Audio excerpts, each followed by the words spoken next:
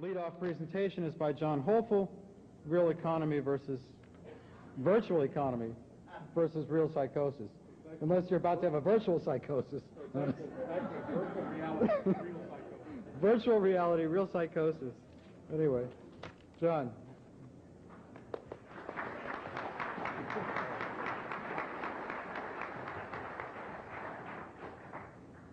Alan Greenspan walks into a bar.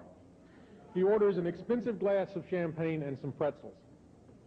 The next morning, the New York Times carries the banner headline, "Greenspan expects economy to expand with some twists and turns." Greenspan is, after all, sorry, Lynn, but Greenspan is the financial genius of our times.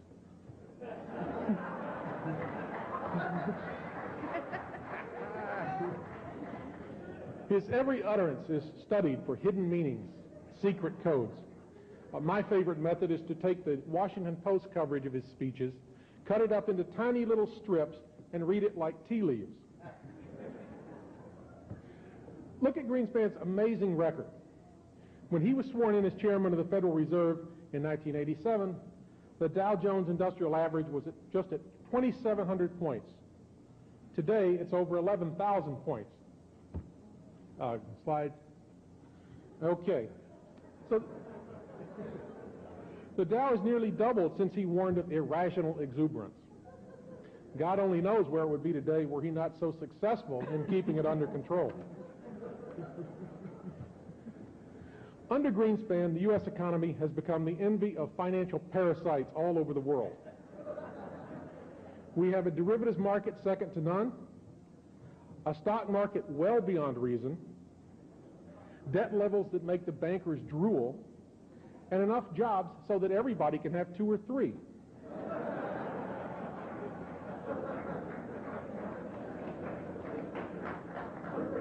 Greenspan may not be able to walk on water, but he has certainly shown that he can run right over the edge of the cliff without falling. But the Fed chairman hasn't done this all by himself. He's had plenty of help from some of the brightest minds in the business, including the rocket scientist on Wall Street who figured out that you could sell enormous amounts of derivatives issued by bankrupt banks and backed by worthless paper. Take Robert Merton and Myron Scholes, who won the Nobel Prize in Economics for nearly blowing up the global financial system. This pair won the prize in 1997 for developing a new method to determine the value of derivatives. Here's an example of their work. What gobbledygook. At the time they won the prize, Merton and Scholes were partners in long-term capital management, the big hedge fund that, using their formula, managed to turn millions of dollars in capital into billions of dollars in losses on trillions of dollars in derivatives bets. It lost so much money that the Federal Reserve and the banks had to step in and bail it out, lest it default on its derivatives and set off a chain reaction of derivatives defaults that could have wiped out nearly every major bank in the world. This prize-winning nonsense is arguably the worst betting system ever devised. Now that's not so surprising given the track record of the Royal Swedish Academy of Sciences, which awards the Nobel Prize. In the past, they've awarded the prize to defenders of slavery and feudalism.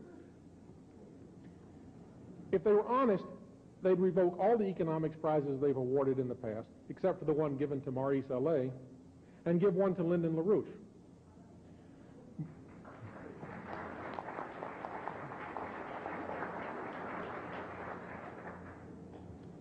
But the oligarchs of the Royal Academy are not trying to spread the truth, but to hide it. We live in a world gone nuts, where fiction is pretty strange, and truth is stranger still. Take the following truism, which you can find in the business pages of virtually any major newspaper, at least once a year. In a free market, the true value of assets is accurately established by the actions of investors. If an asset is overvalued, investors will stay away, causing the price to drop. If an asset is undervalued, investors will buy, causing the price to rise. And the only problem with that statement is that none of it is true. None of it. Free market? What free market? It doesn't exist. The markets are largely the creation of an international financial oligarchy which uses them as a battering ram against the nation state and a way to pick people's pockets. The oligarchs routinely organize raids on nations as a way of bailing out their banks. The European currency crisis of 1992 pumped billions of dollars of revenue into the bankrupt U.S. banks. And it made George Soros' reputation as the man who broke the pound. But then, as now, Soros is a front man, a nasty one to be sure, but merely a front man for something larger and more evil. The so-called Asian crisis of 1997 was another banker's manipulation, as was the central bank intervention of 1998 and the intervention underway today. It's insider trading on a scale that would make Ivan Boesky turn green with envy. Free? Only in the sense that the oligarchs are free to steal. Investors? What investors? Virtually all of what is called investing today is really speculation, bets on the movements of stocks, bonds, and currencies. Investors are people who put money into an enterprise in order to increase its usefulness to society. But the markets today are a giant casino where gamblers place bets that some things will rise and others will fall. And since this casino is rigged, the advantage goes to the insiders. So you can call them thieves and suckers, but not investors. True value of assets? You've got to be kidding. The real economy of the United States, the physical economy, is measured in terms of physical inputs, outputs per capita, per household, and per square kilometer, has fallen by some 50% since the late 1960s. Now, the Dow back then was hovering at just under 1,000 points, which means that according to the economic fundamentals, it should be about 500 points today. Of course, that doesn't count inflation, the looting of foreign countries, and the cannibalization of what was once the most powerful industrial economy in history. But still, anyone who claims that today's bubble reflects the true value of assets is a damn fool. Now, the Wall Street Journal recently ran an op-ed which claimed that the Internet was more important to the economy than the Federal Reserve. Now, in a sense, that's true, because at least there are some useful aspects to the Internet. But the idea that the information age is the natural successor to the industrial age is dangerously wrong. This is especially clear in that yuppie fantasy of the day, online investing. It is widely claimed that due to the proliferation of electronic and printed financial information, the individual investor now knows as much about what's going on in the markets as the professionals on Wall Street. Thanks to the Internet, cell phones, and pagers, the average individual can follow the market as closely as the traders on a Wall Street investment bank. Everyone is now an insider. And if you believe that, I have a bridge for sale.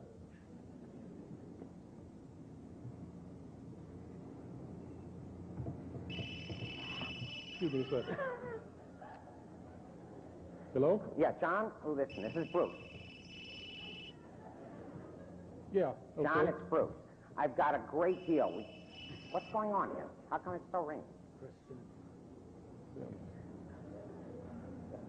Excuse me, I'm new to this technology. I've got a pager that gives me the ticker. All right. Anyway. All right. Okay. Yeah. No. John, it's great. You got to buy it. It's done it all. Stock has gone up 100 points in the last 13 minutes, just since they announced their Star Wars laxative program. It's great. It's going wonderfully. Now, I got an inside tip that Jerry Falwell is going to mention it on his program, and then it's going to flush like crazy. So we got to be able to sell, but buy first. So you got to buy first. All right, good. I still got some room on my credit card. Okay. So let's max it out. All right. Okay, good. I'm sorry, excuse me, that was my broker. Now, where were we?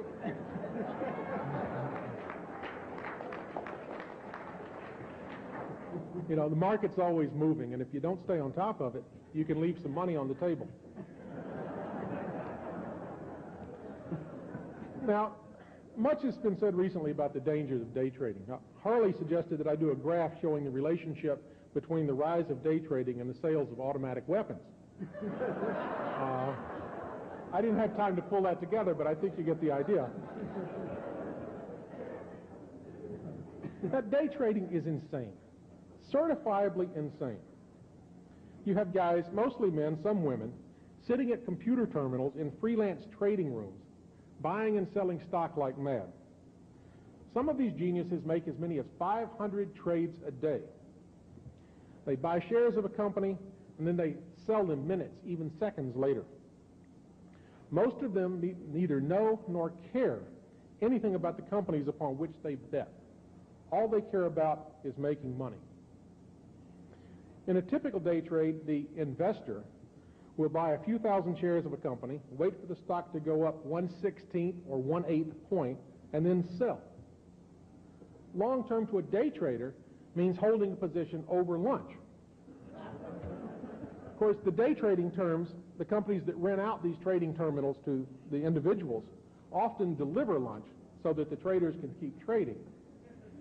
This is a trick they learned from the casinos, which long ago figured that you do whatever it takes to keep the bettors at the table.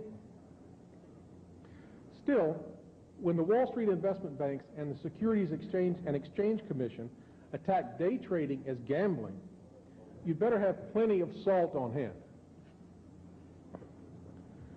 Some argue day trading is really nothing more than speculation, Securities and Exchange Commission Chairman Arthur Levitt noted in a speech to the National Press Club in Washington on May the 4th. Personally, I don't think day traders are speculating, because traditional speculation requires some market knowledge. They are instead gambling, which doesn't. Now think about that one, traditional speculation. George Orwell would love that one.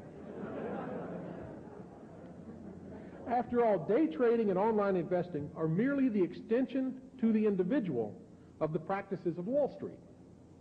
Today, everybody's getting into the act, from grandma to the kids. There are now even summer camps where kids are taught how to play the markets. Suckers may not be born every minute, but they're certainly being trained. These markets are nothing but a giant casino. The gambling psychosis is so pronounced in the West that the recent World Congress of Psychiatry held a session on the matter. One professor said his clinic was filled with patients who had developed perfect gambling strategies. The only reason they believed they were in the clinic was because they hadn't fully yet mastered their own system. Other patients blame their problem on bad luck. Former German Chancellor Helmut Schmidt put it more bluntly in a recent editorial, saying the Wall Street boom was based on the actions of psychopaths. Now, in a properly functioning economy, the most valuable industries would be those which make things, which transform less valuable inputs into more valuable outputs, thereby creating wealth and increasing the productivity of society as a whole. That's not exactly the way it works today. The most valuable corporation in the world today in terms of market capitalization is Microsoft, the first company in history to top $500 billion. The bugs in Windows must be worth $100 billion alone. Microsoft is worth more than the top 5 U.S. banks combined, which gives you a clue as to why the Justice Department is after them. The banks are terrified that should their dream of online trading ever take off, Microsoft would take over. Bill Gates is personally worth more than Chase Manhattan and J.P. Morgan combined. But then many of you are too, were honest accounting employed.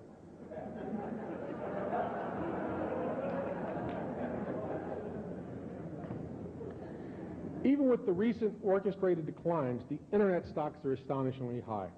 America Online is now one of the 25 largest companies in the United States in terms of market value, bigger than Ford and General Motors combined. Why? In part because of the foolish belief in the information society, and in part because our manufacturing base is collapsing, and because many people can't afford new cars. Fortunately, those who can't afford a car to get to the store can always get their groceries through America Online over the internet.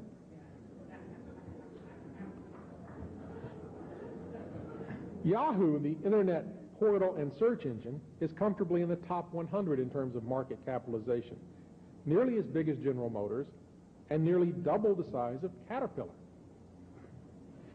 Now, if you think that's nuts, and you're right if you do, take a look at eBay, the online flea market, where people auction off Beanie Babies, Pokemon, paraphernalia, and all sorts of odds and ends.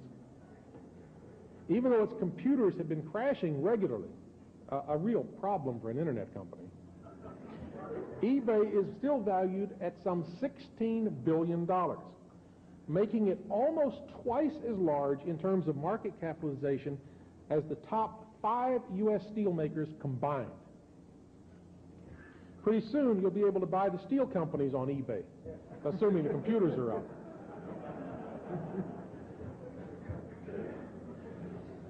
Now, there's been a lot of talk lately about the internet bubble, but calling the internet stocks the problem is a lot like pointing to a rock on top of Mount Everest and saying that that rock is a hazard to aviation. It's the mountain, not the rock, that's the problem. And in this case, the mountain is made up of derivatives and related financial instruments. The growth of the derivatives market is astonishing.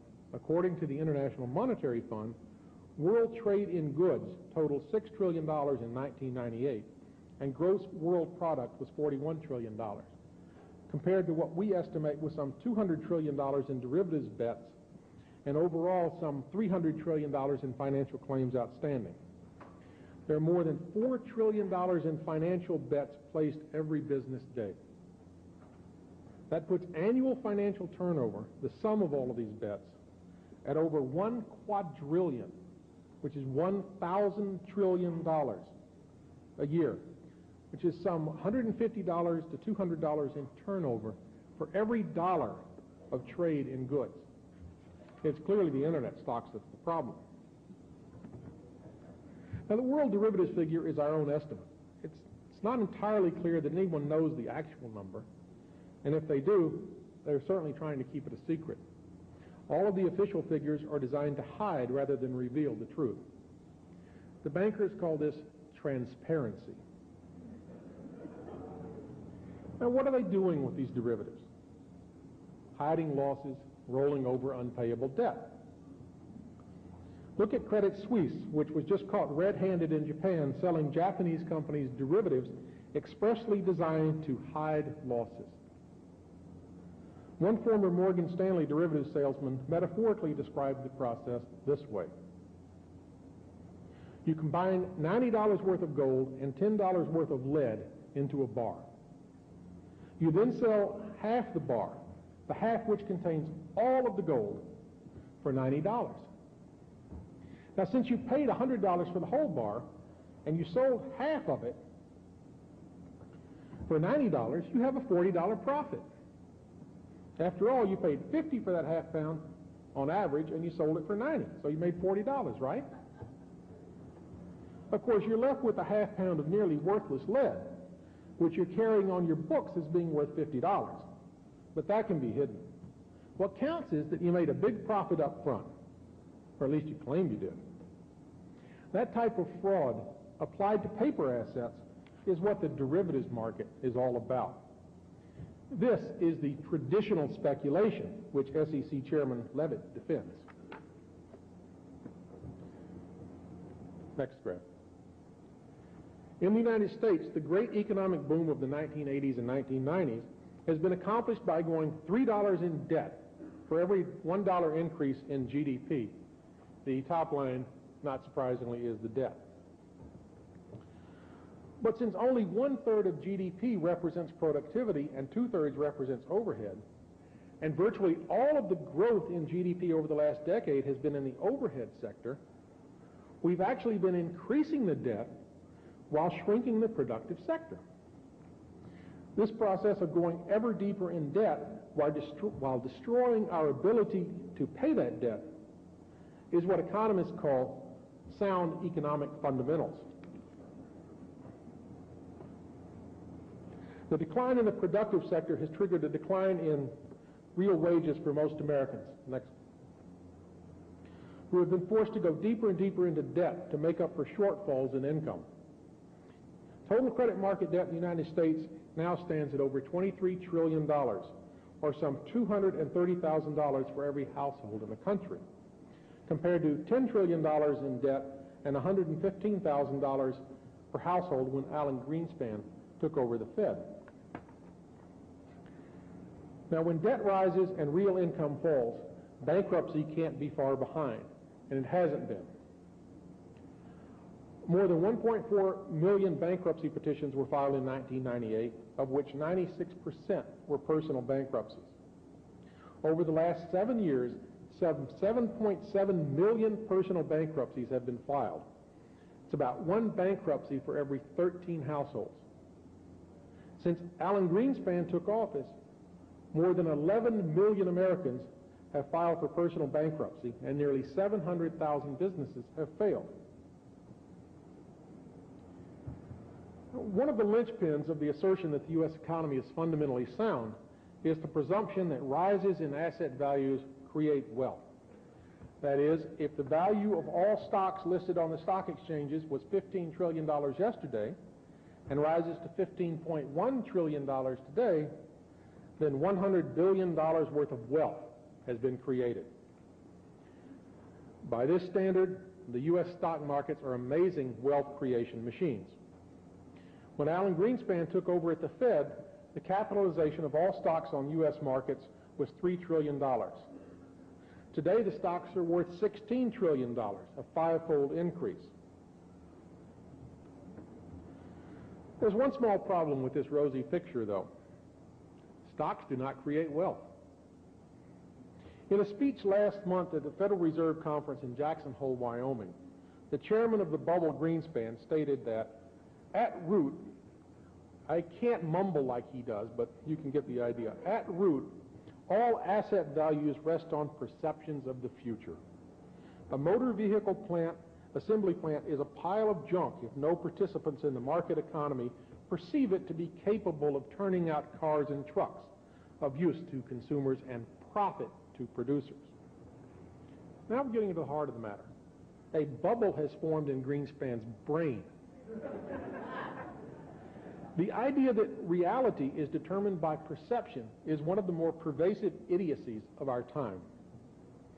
The truth is that a plant which produces motor vehicles has value no matter what Wall Street thinks, and regardless of whether or not it makes a profit, because the production of motor vehicles is inherently useful. The plant can lose money and still be productive in real economic terms. It's the effect on the economy that counts, not the effect on investors. A steel plant, even the most outmoded, inefficient plant in the world, has more value than eBay because it produces steel, which is necessary for human survival. We can live without eBay, at least most of us, but we can't live without steel. But Wall Street lives by a simple philosophy. If it makes money for us, it's good. If it doesn't, it's bad. In such a warped worldview, full employment is bad because it increases the chances that companies will have to pay higher wages to attract and keep employees. For Wall Street, having a big pool of unemployed workers is good, since anyone who dares demand a decent wage or decent working conditions can be easily replaced. Therefore, when employment goes up, the market goes down. When employment goes down, the market goes up. The same thing occurs when the production indices, which should never be confused with actual production, when they go up. Rising production increases the chance that the economy will overheat from growing so fast, and thereby increasing the likelihood that the Fed will raise interest rates to cool things off. This is truly virtual reality. Those things which are good for society, such as a rising standard of living and rising productivity, are considered bad. And those things which are bad for society, like a declining standard of living and falling productivity, are considered good. All that counts to the fleas is their money. To hell with the dog. It is, in a word, psychotic. Sooner or later, such a system must inevitably collapse, and we have now reached that point. We have entered the zone of instability which marks the end of the present system. The party is over. Look at the pace of mergers in the financial world, where all of the big banks are in a mad dash to become too big to fail. After all, the big banks don't go bankrupt, they merge. In the trade, it's called mergers and acquisitions, or M&A. But to the families involved, it's a lot closer to S&M. Now, we have the formation of the world's first trillion-dollar bank in Japan and a failed attempt to create a trillion-dollar bank in France. All over the world, the number of banks is shrinking rapidly as the drunks lean against each other in order to keep from falling down.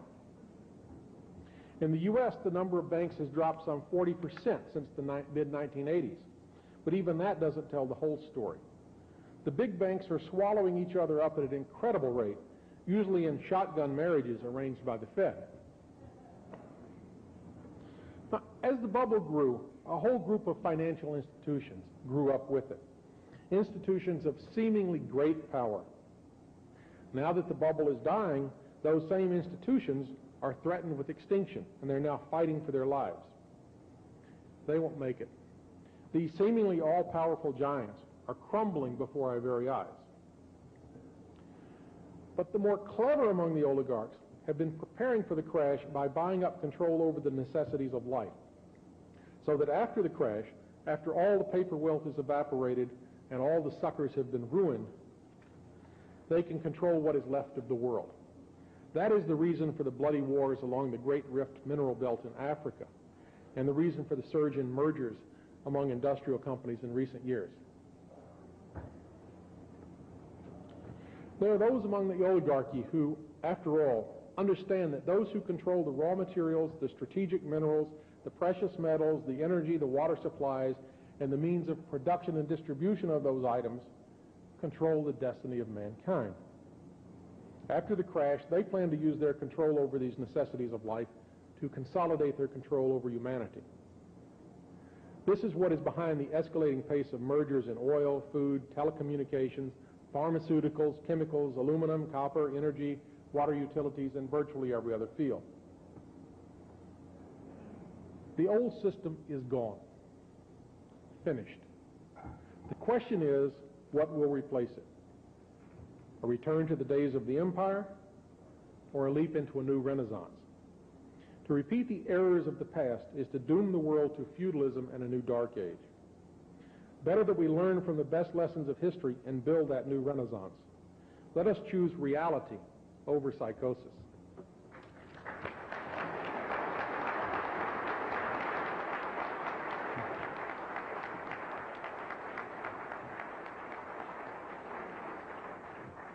Thank you, John. You got your phone back? Okay. Okay. Your broker's on line 1. Your credit card company's on line 2. Your mortgage company's on line 3. And the gun dealer's on line 4.